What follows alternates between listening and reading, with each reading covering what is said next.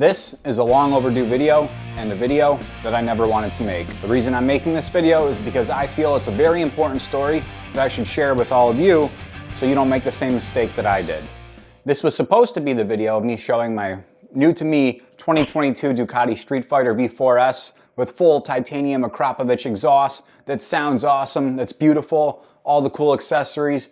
But instead, this is going to be a story about something that I should have checked before I bought it, but I was too excited to ride it and resulted in me, yes, crashing it the first day I rode it. And yes, I got a Ducati Street Fighter V4S, a bike that I said a few months ago was pointless to get. The V4 is an awesome, incredible bike, so powerful, but you can't really use it on the street. You can, but you can't take it to its full potential. In my last new bike video, I said I love Ducatis, I love the V2, I love the V4, but there was no point in buying a Ducati Street Fighter V4. Well, I have to eat my words because I'm driving 400 miles back home in a rental van with a Street Fighter V4 in the back. So, I hope I like it. As we know, we love power. It doesn't matter if we can use it all, just knowing we have it makes it a little more fun. And yes, you can ride it on the street. Can you take it to its full potential? Absolutely not. By the time you get to second gear, you're doing almost 100 miles an hour, and you don't need to do that on the streets. Do I? Sometimes, yeah. But it's not needed. With that said, let's tell the story. So I actually purchased this bike from a private seller about 3 months ago, and I just got it back. Now I know what you're saying. You bought a Ducati Street Fighter, it's too powerful, you couldn't handle it, you looped it, you low-sided, you didn't know what you were doing. Stop, that is not the case, that is not what happened. Let's go back to August. I found this bike on Facebook Marketplace. We worked out a deal, I rented a van, I drove 425 miles each way across 3 states to pick up this bike. I was so excited. The next day was raining. I worked on it, I looked it over. I had a wedding to go to, so I couldn't ride it. The following day, Sunday, was a beautiful day. We went for a 200-mile ride. And this was a very powerful bike. It was new to me, so I was giving it the respect it deserves. I took it very easy. It was an awesome ride. It was so much fun to ride. I was getting the hang of it. Later that night, I went out for another ride just to run to my friend's house to drop off a part for him. To get to his house, I would have to go on the thruway, something I do every single day when I go to work and something I do every single time I go ride my bike. So this entrance to the thruway was a turn that I know very well. It was one of my favorite turns.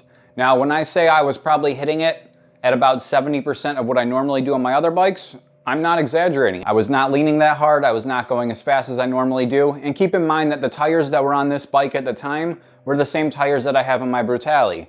I'm well aware of what the capabilities of those tires are, and I'm well aware of what my capabilities are. So I will say that after spending 200 miles on the bike for the first day, I felt a little more comfortable with it, the throttle response, the acceleration, the way it turns, the way it handles. I was feeling a lot more comfortable. So I decided to hit the turn a little faster than I normally do. And about halfway through the turn, the back tire just slid out. All I remember is rolling down the road, watching the bike slide off the road, thinking, how the fuck did this happen? I use the analogy that you were driving to work like you normally do, but you were in a rental car and you were going around a traffic circle. A beautiful sunny day, 70 degrees out, high of 80. The tires were not cold, the pavement was not cold, and all of a sudden, out of nowhere, you just slide off the road into the ditch. I was baffled. I stood up. Thankfully, I was okay because I wear gear all the time. Every time I get on a bike, I'm wearing full gear, jacket, pants, boots, gloves, helmet, obviously. So I was able to stand up. I was okay. I mean, I was sore. I had a nice bruise here. I stood up, couldn't understand what happened. I'm so familiar with this turn, I was just baffled. Picked the bike up, I rode it home, started looking over it. My friends did point out earlier that day that the side of the tires looked really new. When I purchased the bike, it had 2,600 miles on it. I could tell that the person who previously owned it did not really lean it that hard from side to side, given how the side walls of the tire looked. You could tell that there was some wear in the middle. The edges of the tread looked pretty new. So I started texting that person that I purchased it from, asking him what type of cleaning products he used on the bike, asking if he used any cleaning products on the tires. Well, it turns out that this person was using tire shine on the tires. Not only on the sidewalls, but on the entire tread of the tires. No, God! And that is why the edge of the tread looked so new. The product that he was using was Meguiar's Hot Shine, a silicone-based product that penetrates the rubber for a lasting shine. And it did just that. He forgot to read the back on the label where the warning says do not use on motorcycles, do not use on two-wheel vehicles, do not spray on any surfaces that would cause an issue if they were to become slippery. And obviously the tire is something you do not want to become slippery. There it is. That's what happened. Now, after hearing this story, I'm sure you're gonna say, you were pissed, weren't you? And yes, I was. I was very pissed off. I was upset with him, I was upset with myself, I was grateful to be alive. If we look at the picture of where I crashed, if I would have crashed 100 feet earlier into the turn, I and the bike would have slid into a guardrail. If it would have happened 100 feet later in the turn, I and the bike likely would have slid across the throughway with oncoming traffic. So I am extremely grateful that I was able to stand up and ride home. Yes, I was very sore. I had nothing more than a little bruise on my side. Where it happened, in that point in the turn, I and the bike slid directly between two markers or reflectors on the side of the throughway. The bike slid off, landed in grass. I landed in the gravel on the side of the road.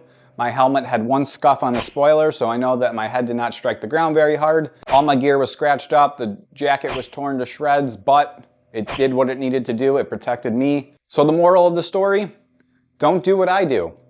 I looked over the basic stuff, the chain, tire pressure, things like that, the levers, the connectors, the rear sets, all the basic stuff. But I failed to look and ask, did he use any cleaning products on the tires? So if you do buy a used bike and something seems a little off, don't do what I did. Reach out to the person you bought them from. Ask those questions, because the answers to those questions could save your life. It's 3 months later, I finally got the bike back. I have a new set of tires on it because I refused to ride on those tires. The product that he had put on the tires, like I said, was made to penetrate into the rubber for a lasting shine, and I think it did just that. I don't think there was any saving those tires. Since the crash happened, I have ridden quite a bit. I am still very apprehensive going fast around turns on the road, even on my other bike with other tires that I've ridden very hard. I need to kind of get over this fear. I got new tires on here. I also was able to take the time to get a lot of the other parts that I wanted to put on the bike. So there's gonna be a lot more videos on this bike in the future. Instead, you're gonna have to look at the very little footage I have of me riding it.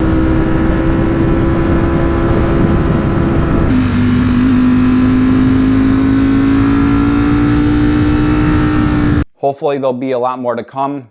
It's the end of the season, the bike's going away for the winter, but next year we're gonna have a lot of fun on this bike. It's pretty much the way I want it. I have every accessory on it. I have rear sets. It came with the mirrors. It's got the Akrapovic exhaust. A lot of other accessories I put on. So there's gonna be a lot more videos of this in the future. Stay tuned. Don't forget to subscribe. Hit the like button. It really does help out the algorithm. I appreciate you watching. If you have any questions or similar stories, feel free to share them in the comments. Until next time, ride safe, and I'll see you in the next one.